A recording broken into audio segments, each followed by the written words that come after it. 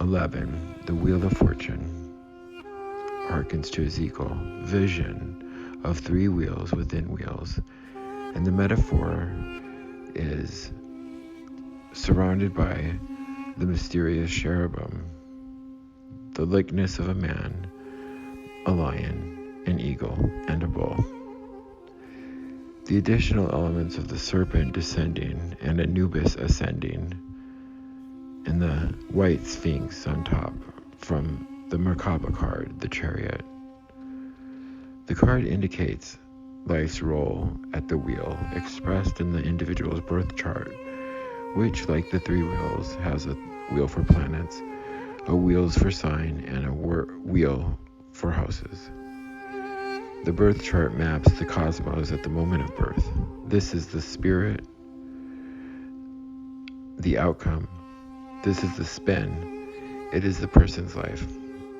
22. The world. The same motif as in key 11, the cherubim once again frames the scene. This time, an angelic being is grasping two wands, indicating the magician, the only other card that bears this wand, showing a resolution to the divisive nature of the magician. The card is Saturn ruled and is worldly and shows a resolution of properly navigating this realm.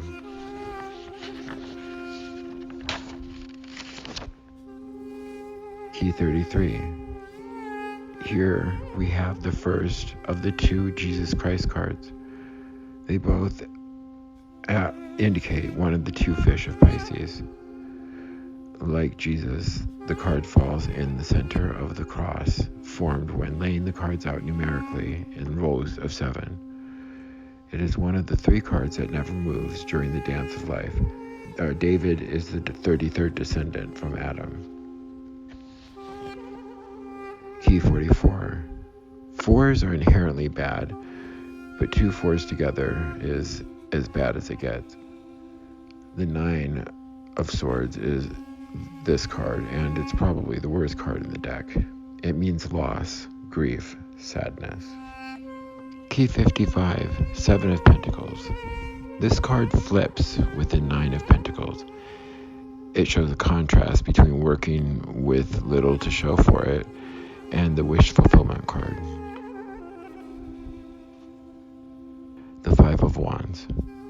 This card follows happiness, 10 of Cups, in the dance of life. But there is internal conflict in the 5, with men dueling with themselves.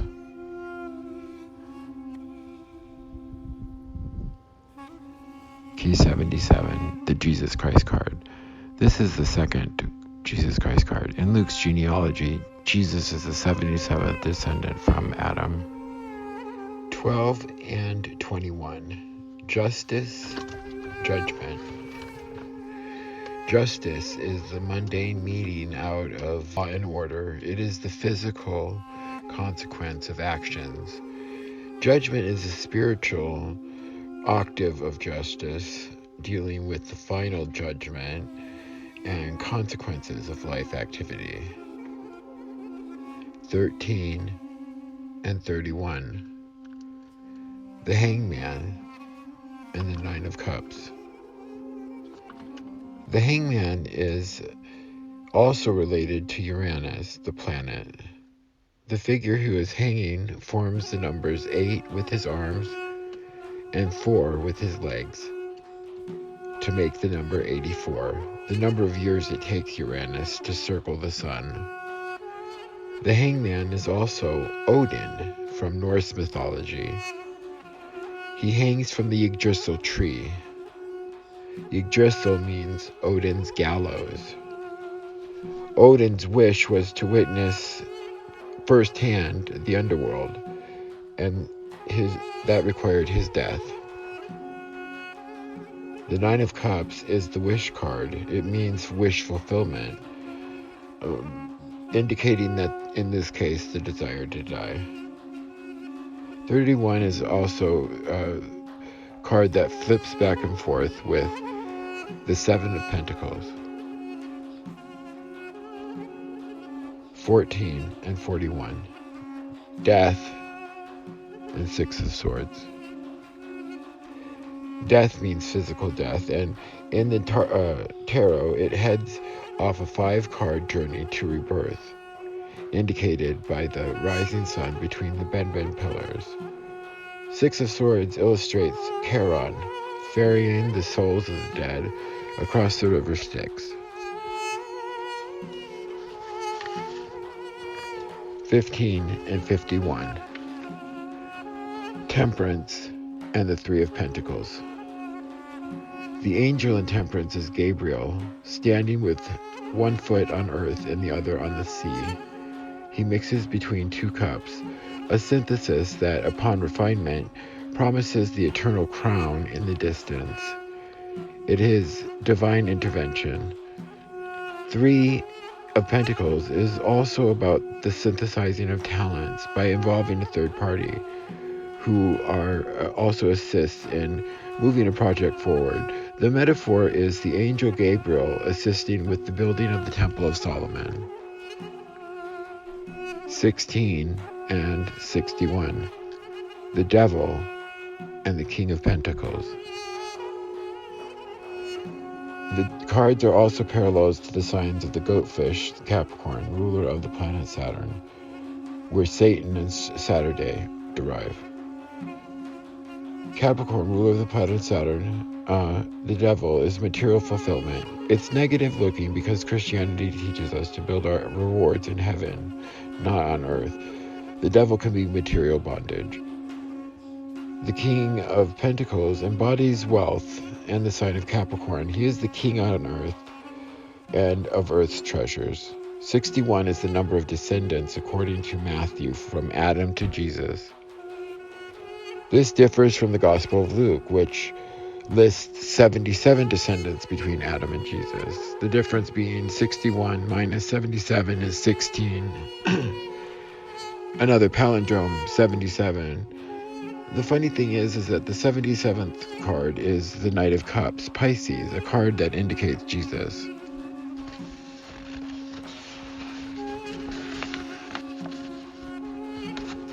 (17 and 71) Tower and 10 of Wands. The Tower is ruled by Mars and illustrates an explosive realization that completely upends the foundations built. The 10 of Wands, making you rethink your position and suggesting not only a change of plans but a relocation altogether. 1 and 10. The Fool and the Hermit, a haughty attitude and know-it-all. The Hermit is also on a mountaintop, but this resembles a Moses-like figure whose age indicates wisdom and careful guidance by the Holy Spirit, indicated by the 6-pointed star in his lantern. 2 and 20. The Magician and the Sun. The magician is mercurial. He is the individual asserting control over his environment by separating the waters above from those below. The sun reflects the innocence and rebirth achieved with discrimination. Light from dark, the magician epitomizes creation. 3 and 30. The High Priestess and the 8 of Cups. The High Priestess is the triple goddess who holds all the secrets of the universe. Her knowledge governs all the waters, the emotions throughout the deck. The 8 is the eclipse of that knowledge and shows an old man walking away from 8 upright cups. It means with knowledge eclipsed, his decisions abandonment, and it's an error.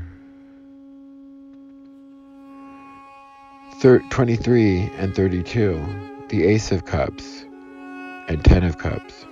The ace is the fount of all life and love, the gift of God, the Holy Spirit, and illustrates the baptism of Jesus when the dove descended from heaven. 25 yod-shaped water droplets fall, indicating a connection to card 25, the birth card. 10 of Cups is the fulfillment of the promise given in the Ace. A rainbow is the promise of God after the flood, never to forget that he won't flood the world again, allowing for happiness and families to flourish.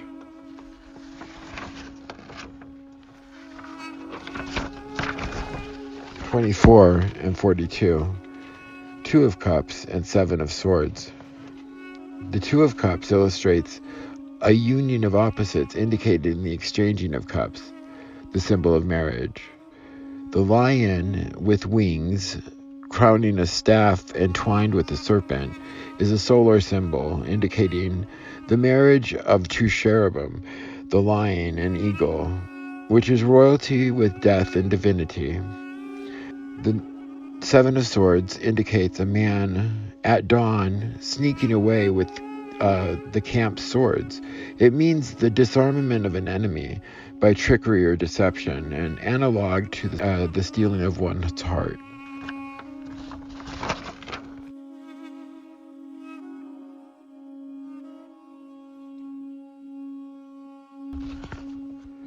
(25 and 52).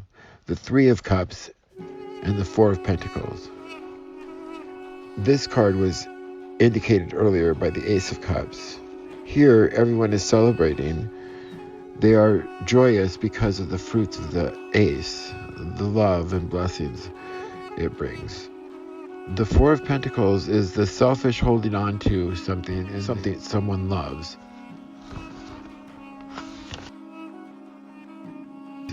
26 and 62. The 4 of Cups and the Ace of Wands. Continuing on the theme of selfishly hoarding one's love, here a man upset with arms crossed refuses an Ace of Cups while contemplating the other 3 gifts. The Ace of Wands indicates an opportunity that can be had when one opens their heart. 27 and 72. The 5 of Cups, Page of Wands. Continuing on the same theme, here the figure in a black cloak weeps over the spilled cups, the gift, 3, while neglecting the other 2. This neglect is because the figure is uninspired and longs for something more. The Page of Wands is Sagittarius, an octave, a centaur who's wise, inspires others with passion and excites into action. 4 and 40, Empress and 5 of Swords. The Empress is crowned with 12 stars, the zodiac, and she is surrounded by wheat in full bloom. She is pregnant and her gown is adorned with pomegranates, meaning she's full of fertility to make things grow and flourish. She is empowered with the scepter of an orb, giving her dominion over the earth. The 5 is aristocratic, a privileged youth, a sparring match against others who walk away dejected. The sky is cloudy and jagged, meaning the abuse or privilege. This card indicates a person who has been blessed with comfort, not flourishing as the Empress, but abusing that abundance. Both cards are abundant, meaning they both have stored karmic power. 34 and 43, the Queen of Cups and 8 of Swords. The Queen of Cups is Scorpio, and more succinctly, the seated Queen Cassiopeia, who gazes into the chalice, a golden monstrosity adorned with 2 cherubs, indicating an ark of the covenant of sorts. She is trapped like a queen and fast by her fascination. The 8 of Swords is a fixed card. It is one of the 3 cards that never moves. The others make their ways throughout the dance of life, a dance of 45 steps. Then you turn around and 45 more until it's done. In that dance, 3 cards stay still, and this is one of them. It means self-imposed imprisonment that the victim is blinded to.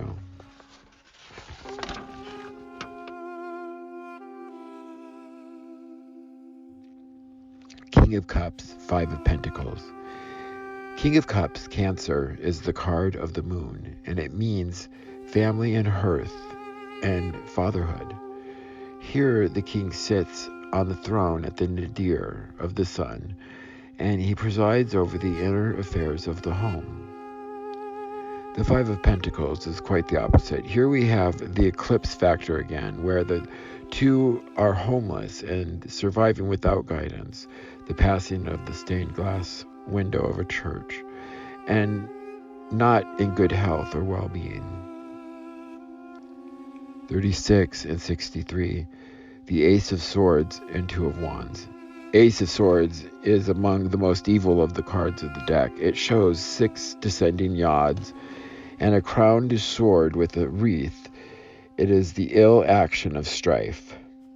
The 36th triangular number is 666. 2 wands is a man holding a globe with one wand planted and the other in hand, and it indicates a successful pairing for a plan to have worldly consequences. Normally a good card, but this pairing is an ill omen. It means to bring upon evil. 37 and 73. 2 of Swords, Queen of Wands. The 2 of Swords is another moon card with a crescent moon over a blindfolded woman who's balancing swords. The card indicates a reckoning on the scales of justice under the auspices of a partial moon. The Queen of Wands is a sun card and a sign of Leo, the lion. She is fixed, a fixed sign of the cherubim, and this gives her dominion over everything seen under the sun. She, like the 2, can't see the night. 45 and 54, the 6 of Pentacles and the 10 of Swords. This card is showing fair and ulterior motive. The scales are tipped in his favor as he is rich, giving to the poor. The 10 also shows the sun rising over a corpse with 10 swords. It shows the motive of 6. Good things that are found emerging through this man's death. 46 and 64, the Page of Swords and the 3 of Wands. This is the wily Gemini card who is talkative and amicable and well skilled in sales. He leads his way through enterprising situations where money can be made. The 3 of Wands is commerce and worldly networking and trade and business, well suited to the Geminian effect. 47 and 74, the Queen of Swords and the King of Wands. The Queen of Swords is the Aquarius, the water bearer. She is reflective of the star card and has the knowledge of the 78. She is facing due east, and she is called the Butterfly Queen. The King of Wands is Aries, the cardinal fire ram, who is one of the fixed cards, along with the 8 of Swords and the Page of Cups. These cards never move in the dance of life. But the king is like the queen, facing in a cardinal direction, only he faces due west. Of the 12 court cards, these are the only court cards that are facing a cardinal direction. 5 and 50, the Emperor and the 2 of Pentacles. Here we have the same pairing going on as in 47 and 74, King of Wands and Queen of Swords. The Aries and Aquarius connection. Emperor also Aries, and the 2 is like the water bearer, balancing the extremes. 56 and 65, the 8 of Pentacles and 4 of Wands. 8 of Pentacles, working very hard but diligently, and whistling while he toils. His craft is established. The 4 of Wands shows the completion of a well-sustained effort, a joyous christening of a new home. 57 and 75, the Ace of Pentacles and the Knight of Wands. She has a bird of paradise perched on her wrist. She represents inherited privilege. Knight of Wands is the noble knight Sagittarius. He is the other centaur in the constellations. This is the Jupiter of lustful liaisons. This shows a tryst or illicit coupling, bringing forth fruitful progeny. The 9 flips with the 7 of Pentacles back and forth through the dance of life. For this is the reason why they are called the binary cards. 6 and 60. Hierophant, Queen of Pentacles. The Hierophant is the perfect guide of example. Man on earth. He is holy and represents 2 of the 4 letters that make up the Tetragrammaton, the name of God. He holds the keys to heaven and hell, or Solomon's keys that give him power over demons. The Queen of Pentacles